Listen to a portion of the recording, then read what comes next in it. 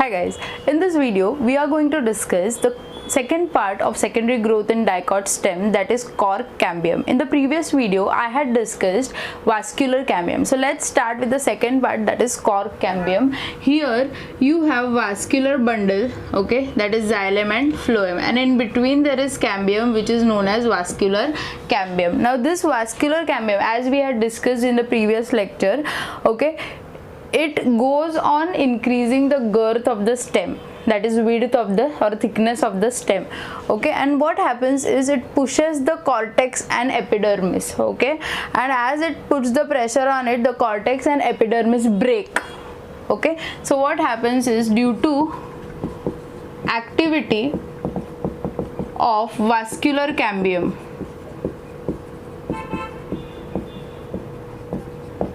what happens is the girth increases, okay. Now this leads to breaking of what? Cortex and epidermis. Now basically cortex and epidermis, they help in protection. Epidermis is a protective layer. Now it is broken. Now what happens? The epidermis must be replaced by something which is protective in nature, okay. So this epidermis and cortex, they are replaced by Cork cambium, okay. So now thus new protective layer of cells are formed, okay. These layers are known as what? Cork cambium. Did you understand? Okay, so this cortex and epidermis, see here in diagram, the blue one is cortex and the outermost black line is epidermis. Now this cortex and epidermis, they break and they are replaced by what? Cork cambium. Can you see this black shaded line here? Okay, now this black layer is what? Cork cambium, which is also known as phellogen, okay. So this protective layer is formed, which is known as Cork cambium or phellogen. Now how does this layer look like? It consists of two layers of rectangular cells. Two layers of rectangular cells. These are thin walled cells, okay. These are thin walled cells. Is it clear? Okay, so this is how the Cork cambium looks like. Now let's see what is the activity of Cork cambium, okay. So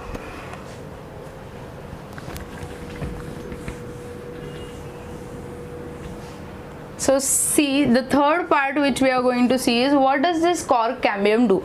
The black part, that is Cork cambium, which is also known as phellogen, okay, Cork cambium or phellogen, what it does is it will cut the cells, okay, towards the outer side as well as inner side, okay. So when this phellogen cuts the cells on outer side, okay, phellogen cuts the cells on outer side to form phelloderm. Can you see phelloderm? That is secondary cortex on the outer side. And when this phellogen cuts the new cells on the inner side, okay, on the inner side, it is going to form this red layer that is known as cork or phellem, okay. So let's see.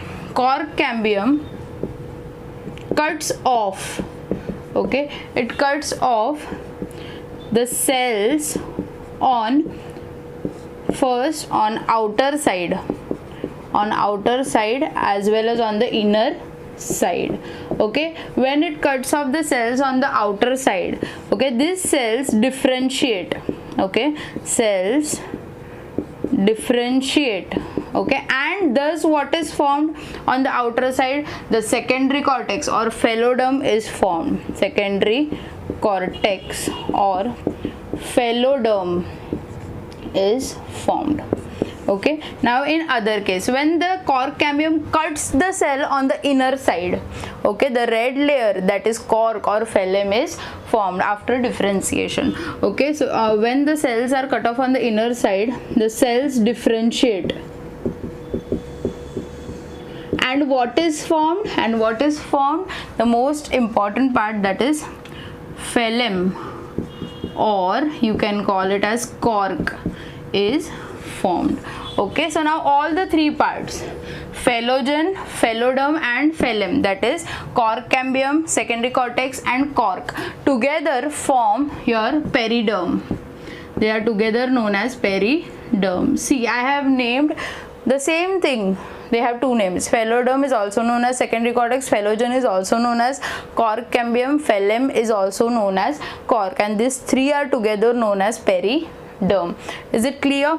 Yes. So cork cambium cuts on both the sides to form, outer side it forms phelloderm, inner side it forms phloem.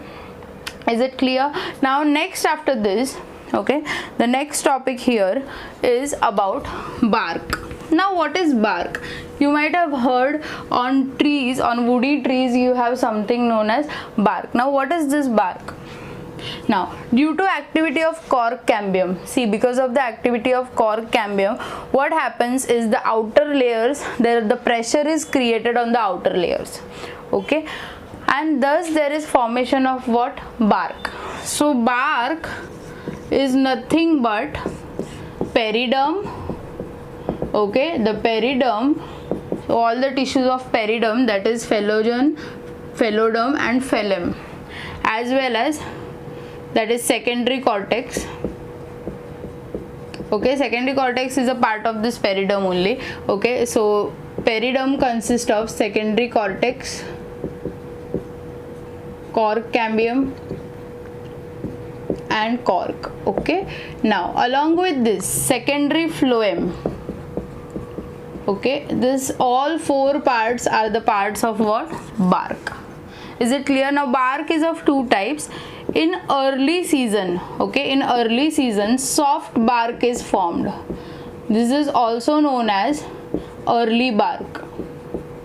Okay, then next, in late season, okay, in late season,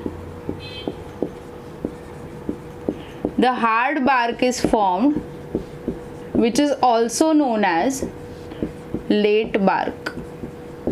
Is it clear? Okay, so this is about bark. Okay, so next after this, okay, next topic after this bark is the lenticles. Now what are lenticles?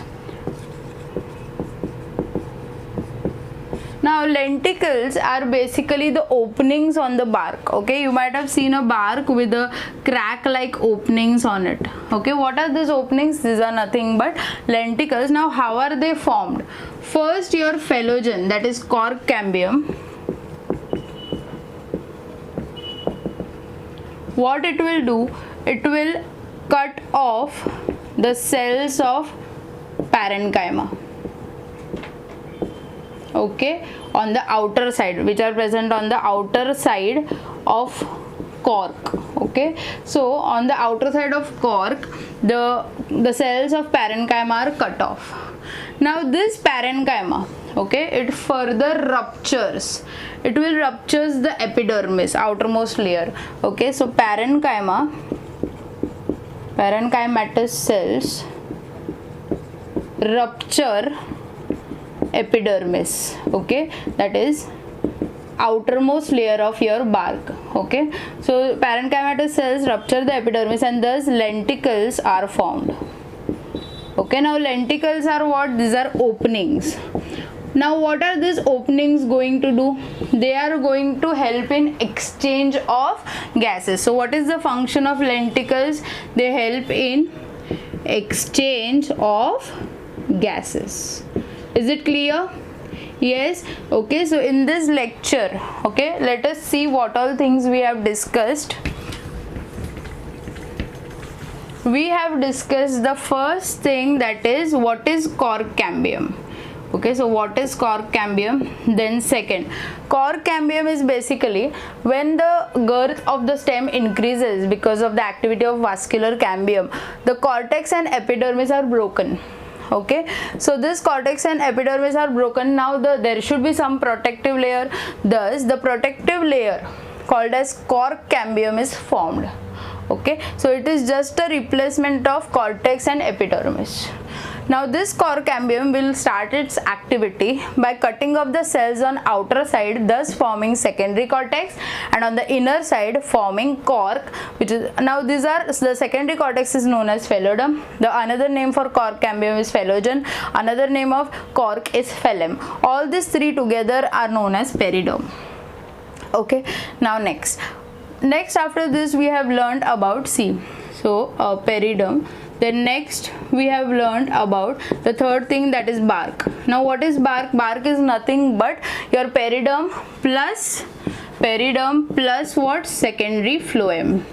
Okay, so this together form your bark. Now bark is of two types, soft and hard, that is early and late, based on the season they have developed. Then the fourth thing which we have discussed is about lenticles. Now lenticles are nothing but the openings. How they are formed? First, the phallogen, it cuts off the cells of parenchyma. Further, parenchymatous cells cuts off or ruptures the cells of what? They'll rupture the cell of epidermis. Okay, and thus the openings are formed which are known as lenticles, which help in exchange of gases. So I hope you guys have understood everything about cork cambium. In my next video, I am going to discuss about the secondary growth in dicot roots. So please watch my videos. Do like, share and subscribe to my channel. Thank you.